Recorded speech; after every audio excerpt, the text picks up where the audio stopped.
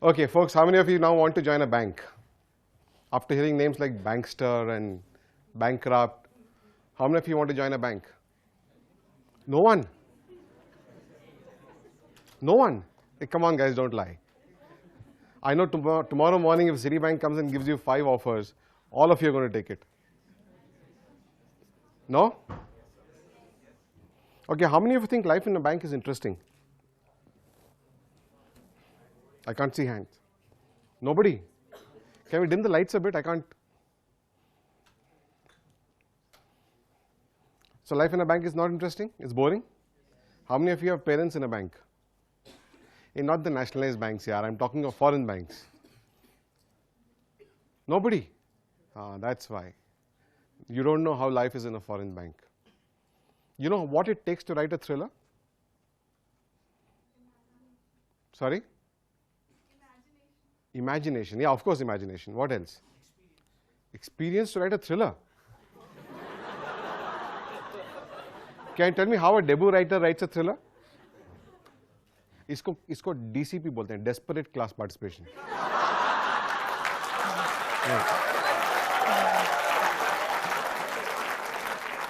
Okay, so tell me, what does it take to write a thriller? Murders? Yeah? Thrill, relationships, sleaze, scandals, fraud, investigation, crime, money. Now, bank has everything of this, yeah. Each and every bit of what is required to write a thriller is in a bank, and that's probably the reason why I write thrillers based in a bank. And that's why most of my books are thrillers which are set in the Indian banking industry. So if you have not read it, please feel free to read them. Let's move on to our presentation. Okay, I'll tell you what I'm going to actually do now. I'm going to talk to you about book marketing and the myths behind book marketing. How many of you here read books? Not your Kotlers and others. Genuine fiction books, books are types. Okay, quite a few. How do you like to get to know about a book? Word of mouth? But do you have time for word of mouth these days?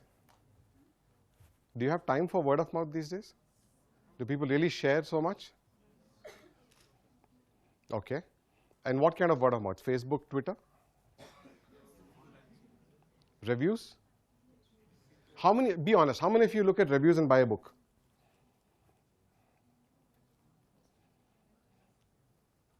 But most of you buy a book in the first 2 weeks or maybe 3 weeks of its launch. तब तक तो review आते ही नहीं है. So how do you buy a book?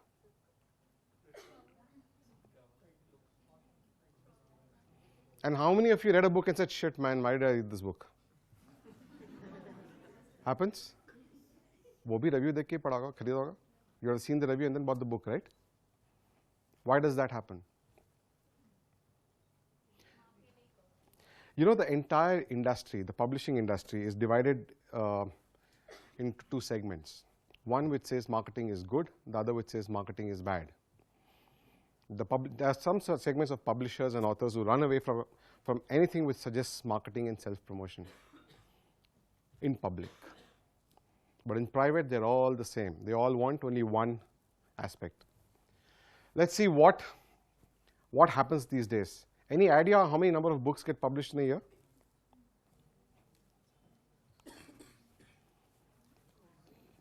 $2.2 million books get published globally a year.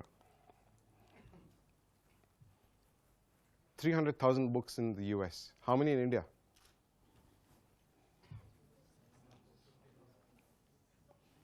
$82,000 books in India. 21,000 books in English. Walk into a Crossword or a Landmark, you will find 1,000, 1,500, maybe 2,000 books, which includes the entire backlist, 50-year-old books as well. Now, in this kind of a situation, what do?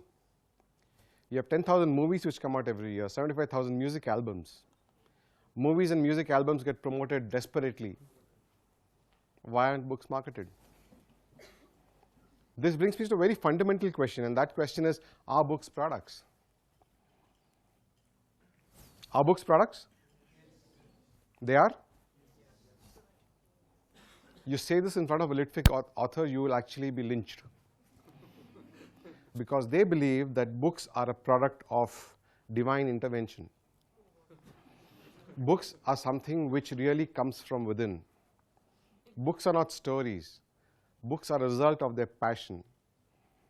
But they still will want to put a price to it, and they would still want to go out and sell the book in the market. My question to people who say books are not products is, if books are not products, why do you sell the book? Frame it and put it on a display in your house saying, look, I wrote this book. To me, books are products, and I'll tell you why they are products. Books are products because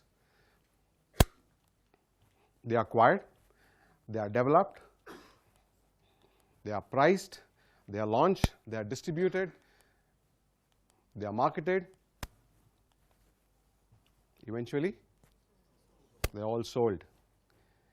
I'm yet to come across a single author who turns around and says that he doesn't want to sell his book. I've yet to come across a single author who turns around and says that I will not be happy if my books are not sold. Who turns around and says, I wrote for myself, I don't want any sales numbers, I'm fine. Not a single author. In public, hundreds of them will come and claim, I'm fine, I wrote for myself. But in private, all of them want only one number, which is the sales number. All of them want to be number one on the bestseller list. Talk to international authors, they will say, I want to be number one on the New York Times bestseller list. Talk to Indian authors, they will say on the Indian bestseller lists. I'll skip this. An author writes for 4 reasons. A creative output of his own pent-up feelings, thoughts, emotions. Largely for money and fame. Look, Nagesh was here in the morning. Films give you a certain amount of glamour. But books give you that intellectual glamour. Okay, there are few filmmakers like Nagesh who are intellectually glamorous as well, but by and large, Bollywood is only glamour. Films are intellectually books are intellectually glamorous, and that's what most of the authors clamor for. And they have a story to tell. Now, today, if I ask you guys to tell a story, how many of you raised your hand when I said, how many of you want to write a book? Lots of you raise your hands. You will have one story to tell. Right? What about beyond that? What happens if you want to write your second book, your third book, your fourth book? Then you don't have a story to tell. You generate a story. You think about it. You use your imagination, you are creative, and then you write a story. That's what happens when you write a book. We spoke about this. Everyone wants their books to sell. Whether they accept it in public or in private, that's the ultimate goal. When my book goes out on Crossword stores, bookshelves, or in Landmark, it has to fly off the shelves. If it flies off the shelves, I'm extremely happy. If not, I'll go and pick up a bottle of whiskey. That's why a lot of authors whom I know of at times just go and just indulge themselves. It's a very, very lonely profession. Let me tell you that as well.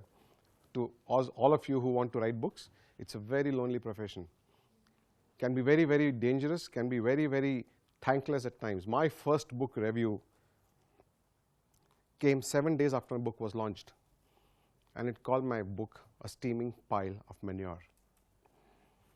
Okay, a steaming pile of manure. That book went on to sell 300,000 copies. That shows reviews, my friends, don't matter at all. You've seen the 5-star reviews which you get for films in Times of India. How many of you have seen those 5-star reviews and gone and watched movies? And then come back just to tear the Times of India to pieces and throw it away. Happens all the time. Even in books, it's the same story. Let's quickly bust some myths about marketing of books. The first myth about marketing a book is that a good book will sell on its own. How many of you say that a good book should sell on its own? No one? Should sell on its own? Or you have one hand up there? The others? We have 2 hands up there. Okay, good. So there are still some traditionalists left in the room. Remember this?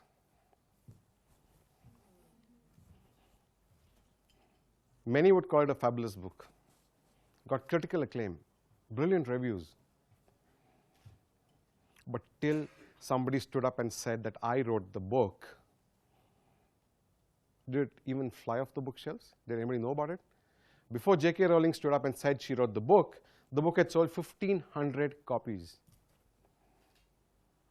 1,500 copies worldwide.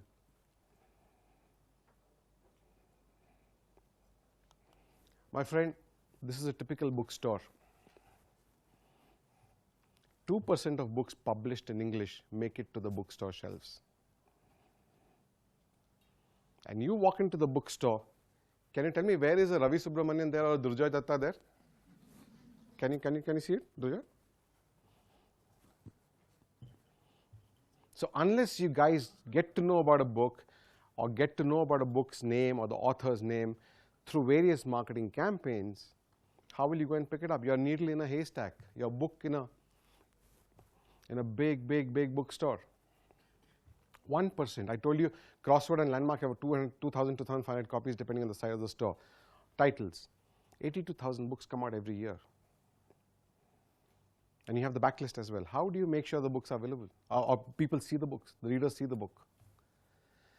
The biggest challenge today is discoverability, which is what I mean when I say how do you figure out which book to read. In the US today, I think it's about 27% of readers read more than 15 books a year, which means the balance read less than that. And God help you if you're a new author there. Because the guy who reads 15 books will only read his favorites, right? 15 author ke naam, so I'll just rattle off right now who are my favorites. They will only read that. So if you have to make him replace that, if somebody like here likes Grisham, you're bound to read every Grisham that comes out. And you have only that much time. The other day I actually went to a store in Bombay. I walked in. There were lovely chocolates, $5 a box. There's lovely watches, Tommy Hilfiger, okay, watches. Then there were jewelry, custom jewelry. There were watches, a few other stuff. There were decorative items, synthetic stuff. And damn it, it was a bookstore. It was a bookstore. And people called it a bookstore. 20% of the bookstore had books. Everything else had something else. You know why it's happening? How many of you have been to a Crossword or Landmark these days and found the space occupied by books to be coming down? Many of you. So what impact does it have on books? Space occupied by books is completely going down.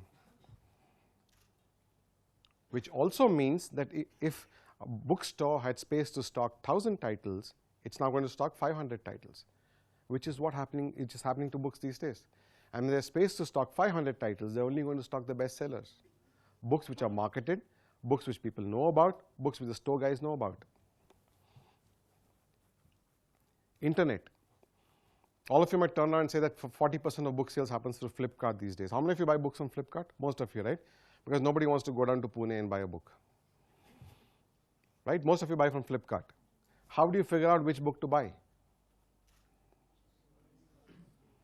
You discover a book first, you go specifically order for that particular book and come out, right? So unless there's a marketing effort behind a book, unless there's a certain promotion done, you get to know about the book, discoverability is extremely difficult. So, bottom line, if you are a good book, no one knows how to discover you. Even the publisher doesn't know. So the myth number one is a good book sells on its own. It doesn't. Every good book. Today, every single big author promotes his book. Talk about James Patterson, talk about Jeffrey Archer, talk about J.K. Rowling, talk about everyone. People even dismiss this book of J.K. Rowling as a publicity gimmick. Her releasing it first and then coming out and saying, okay, it's my book. We never know. Nobody can tell. Maybe it is. Then we go on to the second myth. Okay, we'll skip this. Book marketing is a new phenomenon.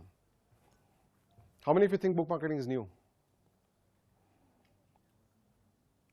Do you know, way back in 1647, the first paid ad was released.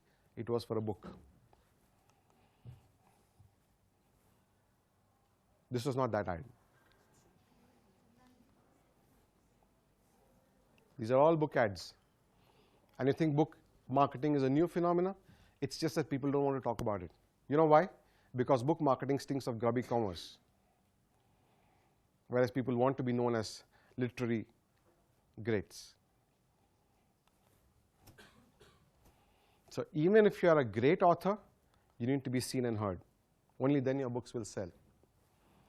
And the last one, which is very close to my heart, which is a writer must write and a publisher must sell. Do you guys believe in this?